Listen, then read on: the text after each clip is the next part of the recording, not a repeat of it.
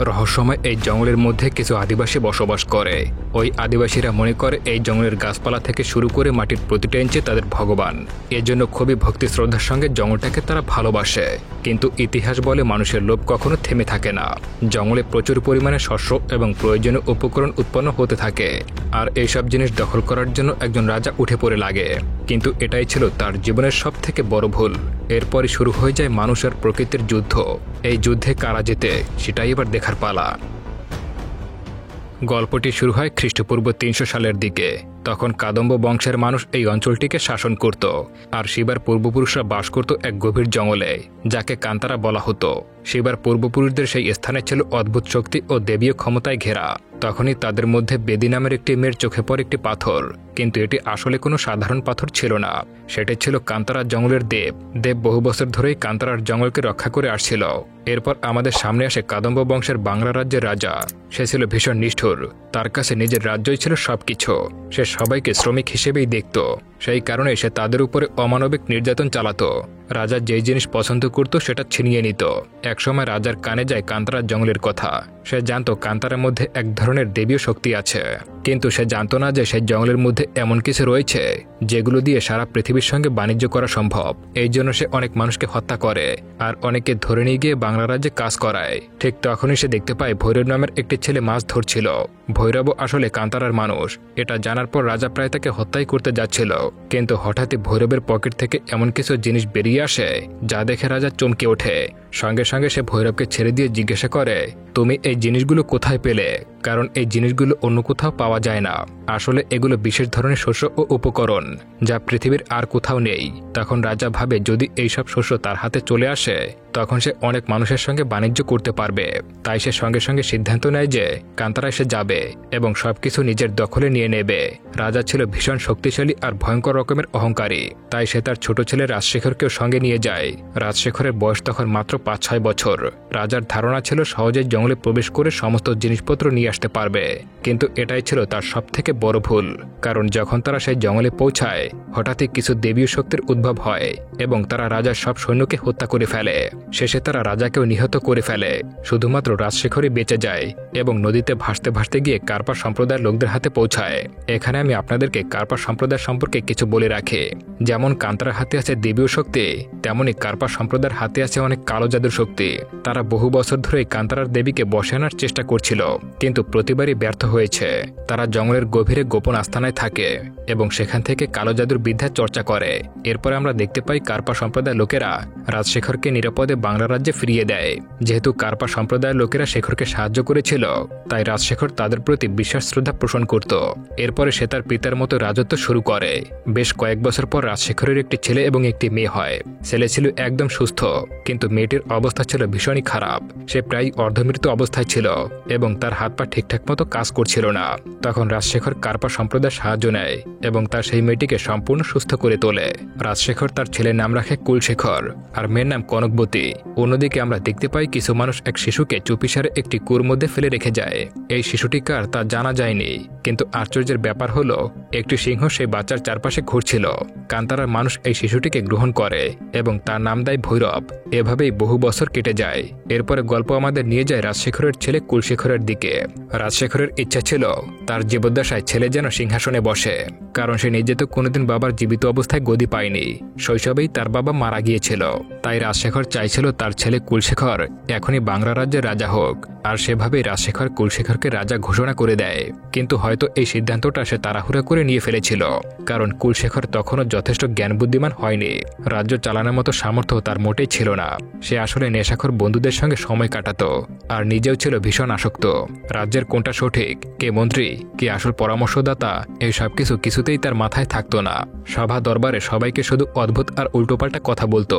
যদি রাজশেখর নিজে উপস্থিত না থাকতো তাহলে কুলশেখর রাজ্যকে একেবারেই পানশালায় পরিণত করত। রাজশেখর রাজ্যের প্রত্যেকটা মানুষকে কান্তারার বিষয়ে সতর্ক করে রেখেছিল। সে বলেছিল ওটা এমন একটা জায়গা যেখানে কারোর যাওয়া ঠিক নয়, কারণ সে নিজের চোখে দেখেছিল তার বাবাকে কান্তারায় মৃত্যুবরণ করতে। পড়তে। সেই ভয় তার মনে এতটাই গভীরভাবে বসেছিল যে সে আর কোনোদিনও কান্তারার দিকে ভুলেও তাকায়নি। তার ছেলেকেও সে স্পষ্টভাবে বলে দিয়েছিল যে তুমি কখনো কান্তারায় যাবে না। কিন্তু কুলশেখর আর তার বন্ধুরা ছিল একেবারেই অনড়। যদি রাজশেখর কোনো কিছু মানা করত, ওরা ঠিক সেটাই করত। এখন যেহেতু কুলশেখর রাজা হয়ে গেছে, তার বন্ধুরা তার কাছে রাজা হওয়ার জন্য পার্টি চাইছিল। পার্টি করা সম্ভব না দেখে তারা ঠিক করে তারা শিকার করতে যাবে। আর শিকার করার জন্য তারা বেছে নেয় কান্তারার জঙ্গলকে। নেশাগ্রস্ত অবস্থায় তারা জঙ্গলের ভেতরে প্রবেশ করে।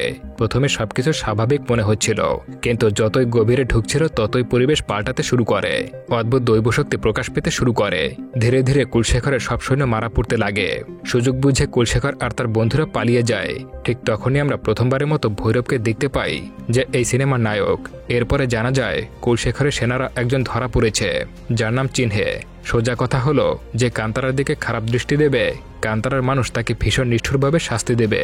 তখন কান্তারার প্রধান সবার সামনে ঘোষণা করে যে যদি এভাবে লোকজন আমাদের কান্তারায় প্রবেশ করতে থাকে, তবে একদিন একদিন আমাদের উপরে ভয়ঙ্কর বিপদ নেমে আসবে। তাই সে কান্তারার সীমান্তে পাহারা বসানোর জন্য নির্দেশ দেয়, কারণ যে কোনো মুহূর্তে যে কোনো কিছু ঘটতে পারে। কিন্তু ভৈরব এই সিদ্ধান্তে পুরোপুরি একমত ছিল না। যদিও সে সরাসরি মুখের উপরে কিছু বলেনি, বরং ভৈরব তার বন্ধুদেরকে বলে যে যদি ওরা কান্তারায় ঢুকতে পারে, তবে আমরা কেন পারবো না? একবার ওদের এলাকা দেখে আসতে হবে, আসলে ওখানে কি আছে। তখন তারা চিহ্নের সঙ্গে কথা বলে আর বলে যদি তুমি আমাদেরকে নিরাপদে সেখানে নিয়ে যেতে পারো, তবে আমরা তোমাকে ছেড়ে দেব। এরপর সবাই চিহ্নের সাহায্যে বাংলা রাজ্যে পৌঁছে যায়। সেখানে বিশাল একটা ফটক ছিল, আর সেটা পার হতে গেলে বাংলা রাজ্যের কোনো সৈন্যের দরকার পড়তো। কিন্তু যেহেতু চিহ্ন তাদের সঙ্গে ছিল, তাই ফটক পার হতে কোনো সমস্যা হয় না। ভৈরবের সঙ্গে তার আরও কিছু সঙ্গী ছিল। তারা যখন বাংলা রাজ্যে প্রবেশ করে, তখন সবকিছু দেখে বিস্মিত হয়ে যায়। বিশাল বিশাল অট্টালিকা, তাদের চোখ যেন বিশ্বাসই করতে চাইছিল না। ঠিক তখনই ভৈরব প্রথমবারের মতো কনকবতীকে দেখে। সেখানে মূর্তি খোদাই করার কাজ চলছিল। হঠাৎ করেই অসংখ্য মৌমাছি উড়ে আসে, আর তখন ভৈরব কনকবতীর প্রাণ বাঁচায়। কনকবতী তখন ভৈরবকে জিজ্ঞাসা করে তুমি কি সৈন্য? তখন ভৈরব উত্তর দেয় প্রাণ বাঁচানো কি শুধু সৈন্যেরই কাজ? এরপর ভেতরে গিয়ে ভৈরব আর তার সঙ্গীরা দেখতে পায় শস্যের জিনিসপত্র এখানে বিক্রি হচ্ছে, যেগুলো আসলে কান্তারা জঙ্গলেরই। আর এসব কেনার জন্য লোকজন বিপুল পরিমাণ সম্পদ দিচ্ছে। এতে তারা বুঝতে পারে এই জিনিসগুলো ভীষণ দামি। যেহেতু এগুলো কান্তারার জিনিস, তাই ভৈরবের সঙ্গীরা সেগুলো নিজেদের কাছে রাখতে শুরু করে। আর তখনই তাদের বিরুদ্ধে চুরির অভিযোগ ওঠে। এমনকি রাজ্যের লোকজনও টের পেয়ে যায় ভৈরব আর তার সঙ্গীরা আসলে সৈন্য নয়, বরং তারা ছদ্মবেশে আসা অনুপ্রবেশকারী। তখন বাংলা রাজ্যের সৈন্যরা তাদেরকে ধরতে উদ্যত হয়ে যায়, কিন্তু ভৈরব আর তার সঙ্গীরা প্রবল লড়াই শুরু করে এবং অনেক সৈন্যকে মেরে ফেলে। তবুও শেষ পর্যন্ত তারা সবাই ধরা পড়ে যায়। যখন এই খবরটা কুলশেখরের কানে পৌঁছায়, তখন সে তাদেরকে বন্দী করে এবং ভীষণভাবে টর্চার করতে শুরু করে। কিন্তু আশ্চর্যজনকভাবে ভৈরব এবং তার সঙ্গীদের উপর কোনো প্রভাবই পড়ছিল না। উল্টো যারা মারছিল তারাই ক্লান্ত হয়ে যাচ্ছিল। তখন ভৈরব বলে আমরা আসলে কান্তারা থেকে এসেছি। কিন্তু কান্তারা সম্পর্কে কুলশেখর তেমন কিছুই জানতো না। সে শুধু গল্পগুজব শুনেছিল, আসলে কি আছে সেখানে তা কিছুই জানতো না। এতে কুলশেখর ভীষণ রেগে যায় এবং ভৈরবকে মারার জন্য তেড়ে আসে। ঠিক তখনই রাজশেখর এসে তাকে থামায় আর বলে এরা কান্তারা থেকে এসেছে। সত্যি যদি তাই হয় তবে এদেরকে হত্যা করা ঠিক হবে না। তখন রাজা নির্দেশ দেয় এদেরকে কয়েকদিন কারাগারে বন্দী করে রাখো। এরপরে আরবদের কাছে এদেরকে 100 স্বর্ণমুদ্রায় বিক্রি করে দাও। এরপর রাজার প্রহরীর ছেলে পিপে কারাগারে যায় এবং ওদেরকে মারতেই যাচ্ছিল আর বলছিল আজকেই তোদের শেষ দিন। এরপর থেকে তোরা আর কোনোদিনও সূর্য দেখতে পাবি না। এমনকি এটা সৈন্যদেরকে বলে দিয়েছিল যাই হোক না কেন কেউ যেন কারাগারের ভেতর থেকে বের হতে না পারে।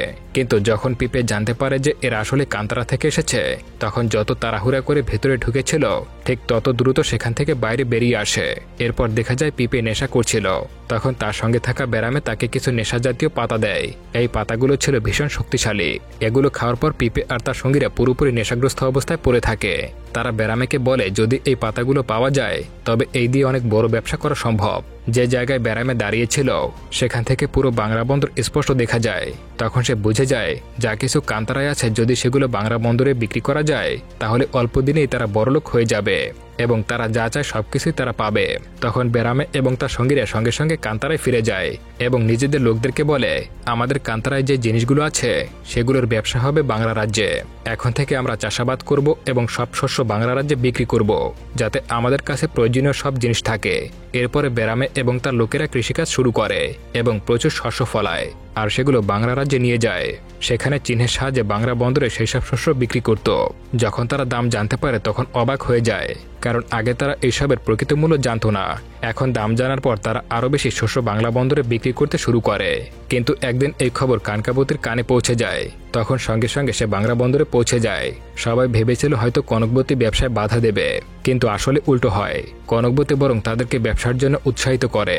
শুধু তাই নয়, বেরামে এবং কনকবতীর মধ্যে ভালো একটা বন্ধুত্ব হয়ে যায়। কনকবতী বেরামেকে ব্যবসার অনেক কিছু শিখিয়ে দেয়। ফলে বেরামে খুব দ্রুতই ব্যবসা রপ্ত করতে শুরু করে।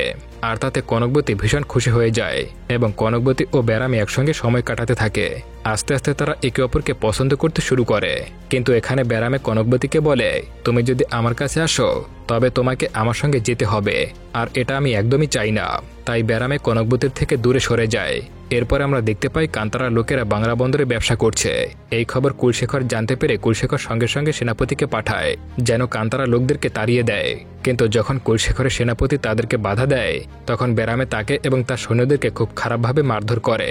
আর যখন সেনাপতি আর সৈন্যরা আধামরা অবস্থায় কুলশেখরের সামনে ফিরে আসে, তখন কুলশেখর রাগে জ্বলতে থাকে, কারণ কান্তারার লোকেরা সত্যি তাদের চোখের জল নাকের জল এক করে দিচ্ছিল। এদিকে কনকবতী কুলশেখরকে সতর্ক করে বলে দিয়েছিল যে কান্তারা লোকদের সঙ্গে ঝামেলা করার কোনো দরকার নেই, কারণ তুমি তাদেরকে কিছুই করতে পারবে না। এটা শোনার পর কুলশেখর প্রচণ্ড রেগে যায়।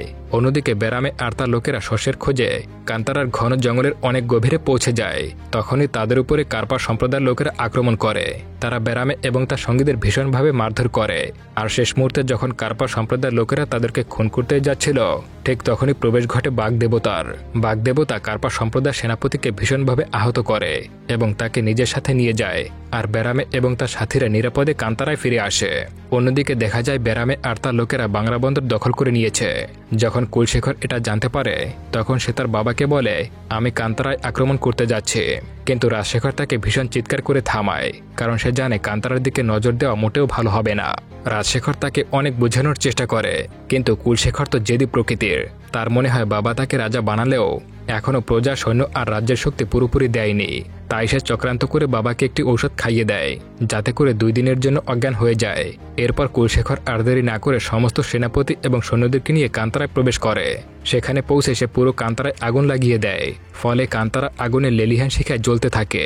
আর তখন বেরামে এবং তার সঙ্গীরা জঙ্গলের ভিতরে থাকায় গ্রামে উপস্থিত ছিল না। এই সুযোগে কুলশেখর পুরো কান্তারাকে ধ্বংস করে দেয়। কান্তারার বহু মানুষ মারা যায়।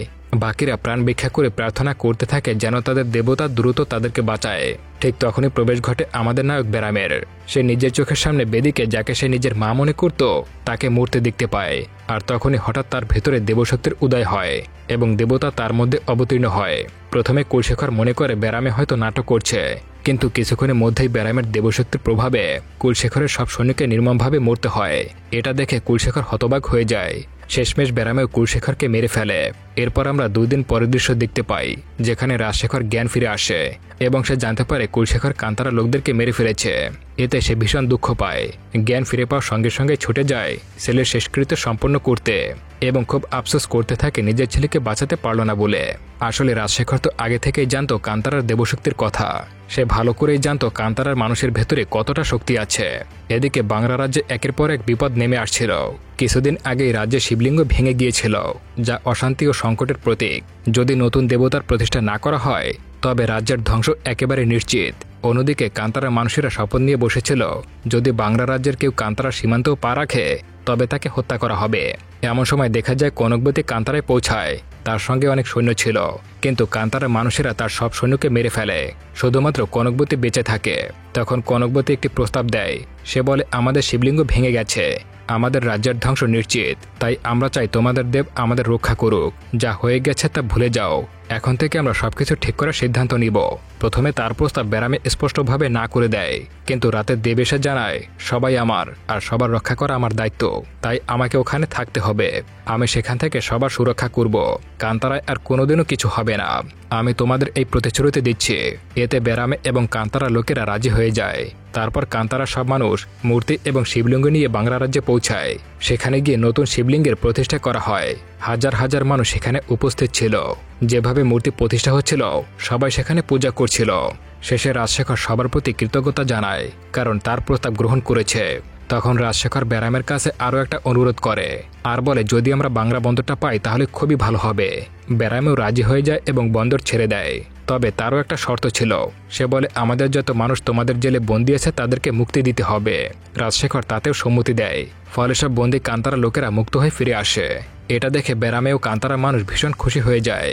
কিন্তু কিছুদিনের মধ্যেই কান্তারায় অশান্তি ছড়িয়ে পড়ে। পশুরা মরতে শুরু করে, এমনকি ভয়ঙ্কর এক রোগ দেখা যায় যাতে বুড়ো আর শিশুরা মারা যেতে শুরু করে। সবাই বুঝে যায় দেবতা হয়তো রুষ্ট হয়ে আছে, কেউ হয়তো তাকে বশ করে ফেলেছে। ঠিক তখনই বেরামে একটা স্বপ্ন দেখে। এমন স্বপ্ন সে আগে কখনো দেখেনি। সে জানতে পারে দেব সত্যি কারো নিয়ন্ত্রণে চলে গেছে, আর এই কাজ করেছে কার্পা সম্প্রদায়ের লোকেরা। বহু বছর ধরেই এই ধরনের কালোবিদ্যা তারা চর্চা করেছে। আর এখানেই সব থেকে বড় নামটি সামনে আসে, তা হলো কনকবতীর নাম। আসলে কনকবতীকে উদ্ধার করেছিল কার্পা সম্প্রদায়ের লোকজনই। সেই থেকে কনকবতী কার্পা সম্প্রদায়ের উপর সব থেকে বেশি আস্থা রাখে, তাদেরকে নিজের পূর্বপুরুষ মনে করে। এবং কনকবতীর সব কথাবার্তা রাজশেখর খুব ভালোভাবে মেনে নেয়। যতদিন দেব কান্তারায় ছিল ততদিনে সে নিরাপদে ছিল। কিন্তু এখানে আসার পর কার্পা সম্প্রদায়ের লোকজন কনকবতী আর রাজশেখরের সঙ্গে মিলে দেবকে বন্দী করে ফেলে। এটা ছিল একটি বিশাল পরিকল্পনা যা কনকবতী, রাজশেখর আর কার্পা সম্প্রদায়ের লোকজন বহু বছর ধরেই করে আসছিল। এখন যখন দেব বন্দী হয়ে গেছে তখন তারা এক ভয়ঙ্কর কালো শক্তি তৈরি করতে থাকে, যা এতটাই শক্তিশালী হবে যে কান্তারা সব মানুষকে হত্যা করবে। এইসব খবর বেরামে জেনে যায় এবং বেরামে কান্তারা সব মানুষকে একত্র করে বলে, আমাদের দেব বিপদের মধ্যে আছে, আর দেব যদি বিপদে পড়ে তাহলে আমাদের অস্তিত্ব থাকবে না। তাই আজকে প্রত্যেকটা মানুষকে অস্ত্র ধরতে হবে, বাংলা রাজ্যের সঙ্গে লড়তে হবে এবং নিজেদের দেবকে ফিরিয়ে আনতে হবে। যেই কথা সেই কাজ। কান্তারার প্রত্যেকটা মানুষ বাংলা রাজ্যের সীমান্তে গিয়ে দাঁড়ায়। কিন্তু আগে সেখানে বাংলা রাজ্যের অনেক সৈন্য মোতায়েন করা ছিল। তারা বাধা দেওয়া শুরু করে। তখন কান্তারার লোকজনও তাদেরকে মোকাবিলা করতে শুরু করে। এখানে বেরামে একাই বাংলা রাজ্যের অসংখ্য লোককে হত্যা করে ফেলে। সে একাই সবার জমদূত হয়ে দাঁড়ায়। অন্যদিকে দেখা যায় কার্পা সম্প্রদায়ের কালো শক্তি ধীরে ধীরে জন্ম নিচ্ছে। তবে এর জন্য কিছুটা সময় প্রয়োজন। তাদেরকে সন্ধ্যা পর্যন্ত সময় দেওয়া হয়। কোনোভাবে কান্তারা মানুষদেরকে সন্ধ্যা পর্যন্ত ব্যস্ত রাখতে হবে। তারপর একবার কালোবিদ্যা সম্পন্ন হয়ে গেলে রাজশেখর অশেষ ক্ষমতার অধিকারী হয়ে উঠবে। সন্ধ্যা নামার পর কালো শক্তি সত্যি উৎপন্ন হয়ে যায়। কার্পা সম্প্রদায় রাজশেখর আর কনকবতী মিলে বেরামের লোকদেরকে মোকাবেলা শুরু করে। বেরামে তাদের সামনে কিছুই নয়। তারা বেরামেকে প্রচণ্ডভাবে আঘাত করে। ঠিক তখনই ভৈরব এসে উপস্থিত হয়। ভৈরব বেরামেকে বলে, হয়তো তুমি জানো না তুমি কে। তোমাকে সেই জায়গায় ফিরে যেতে হবে যেখানে তুমি আমার সঙ্গে প্রথমবার দেখা করেছিলে। তুমি কোথা থেকে এসেছো সেটা আমি জানি না, কিন্তু এখন কি করতে হবে সেটা খুব ভালো মতোই জানা আছে। এরপর বেরামে সেই কূপের ভেতরে যায়। সেখানে গিয়ে সে কিছু পথের সন্ধান পায়, যা তাকে নিয়ে যায় সেই জায়গায় যেখানে শিবলিঙ্গ আর ত্রিশূল দুইটাই রাখা ছিল। আর সেগুলো রক্ষা করার জন্য সেখানে একজন দূত বসেছিল। প্রথমে সে বেরামেকে মারার চেষ্টা করে, কিন্তু শেষমেশ যখন সে বেরামের হাতে ত্রিশূল দেখতে পায় তখন তাকে প্রণাম করে আর চুপচাপ সরে যায়, কারণ বেরামে তখন স্বয়ং মহাদেব হয়ে গিয়েছিল। এবার বেরামের মধ্যে সব দেবের শক্তি বিরাজ করছিল। সে সঙ্গে সঙ্গে সেই জায়গায় পৌঁছে যায় যেখানে আশ্চর্য শক্তি সৃষ্টি হয়, যা দেখে সবাই অবাক হয়ে যায়। আর তার সঙ্গে সঙ্গে সেই সিংহ উপস্থিত হয় যে সবসময় তার সঙ্গে থেকেছে আর তাকে রক্ষা করেছে। তারপর দেব কনকবতীর সামনে দাঁড়িয়ে যায়, কিন্তু দেব কিছুই করতে পারে না। দেব বলে, আমি নারী এবং শিশুদের উপরে হাত তুলি না, তাই তোমার মুখোমুখি হবে আমার বোন, যার নাম চামুণ্ডী। এবার চামুণ্ডীর দেবী শক্তি বেরামের ভেতরে প্রবেশ করে, আর সেই মুহূর্তে কনকবতী সেকেন্ডের মধ্যেই শেষ হয়ে যায়। তারপর তারা রাজশেখর এবং কার্পা সম্প্রদায়কেও শেষ করে দেয়। মুভির শেষের দিকে দুজন দেবের পূজা করা হয়। তখন অসংখ্য লোক জমায়েত হয়েছিল। সেই সময় চামুণ্ডী দেবী একটি কূপে প্রবেশ করে, আর তখন সে অদৃশ্য হয়ে যায়, যেমনটা আগে সে অদৃশ্য হয়ে গিয়েছিল। আর এখানেই মুভিটা শেষ হয়ে যায়। বন্ধুরা, আশা করি ভিডিওটি ভালো লেগেছে। যদি আপনাদের একটু বুঝতে অসুবিধা হয় তাও কমেন্ট করে জানাতে পারেন।